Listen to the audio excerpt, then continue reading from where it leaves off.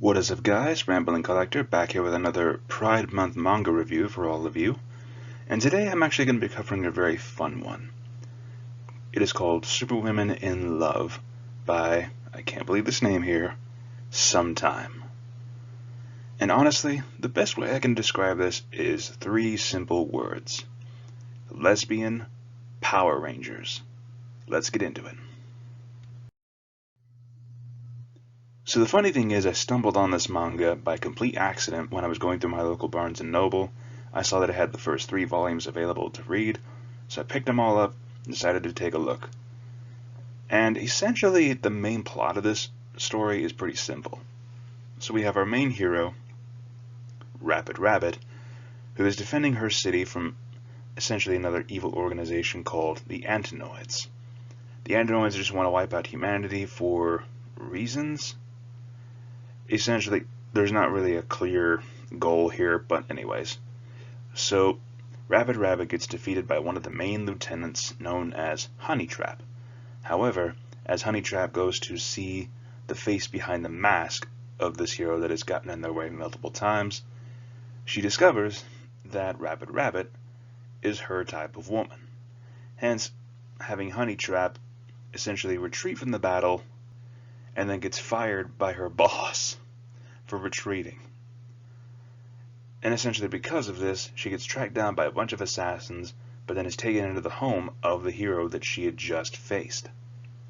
Coincidence? Yeah, pretty much. Honestly though, I will say this manga is pretty much just fun to read. Like, if you just don't think too hard about it and just enjoy the story, it's essentially just a fun little manga to read if you like superheroes, or if you're a fan of Power Rangers. The villains are fun and quirky. They're not really altogether evil, well, except for the main villain, X, which is pretty much shown more clearly in volumes 2 and 3. But most of the time, the other supporting villains, such as Meltout and Suigetsu Kyoka, are essentially just fun little quirky characters. Like, the villains besides X are all just fun to read about. And essentially this is just fluff, to put it simply. It's fluff, and like I said before, it's essentially Lesbian Power Rangers. I'm not even kidding with that. They literally have devices that turn them into power armored forms, and it's absolutely hilarious, the fact that I can call this that. Lesbian Power Rangers, just what else can you do, folks? So the main plot just revolves around Rapid Rabbit and Honeytrap continuously facing off against the forces of the Antinoids, saving the city again and again and again. Does the plot get more complex? Not really. Mostly it's just a lot of fun. Like, you think something's gonna happen, it's gonna be super developing, but which there is. There are some good points in this manga. There are a lot of surprises in store, a lot of twists and turns, but mostly it's just like, wow, never really thought I would see that coming.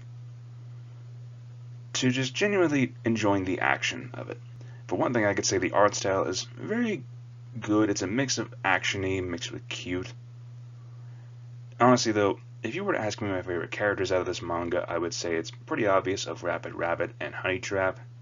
Mostly because Rapid Rabbit is just that cute girl who's completely oblivious. She's essentially the oblivious protagonist for the first 2 volumes of the manga until like the 3rd one, as shown here. There is a 4th one coming out, but if you were to ask me, would I read it just to finish it? Honestly, yes.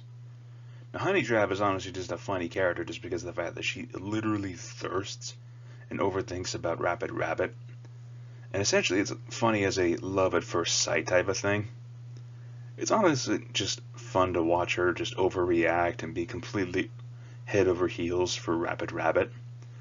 But if you were to ask me my personal favorite character, it would definitely be Suigetsu Kyoka.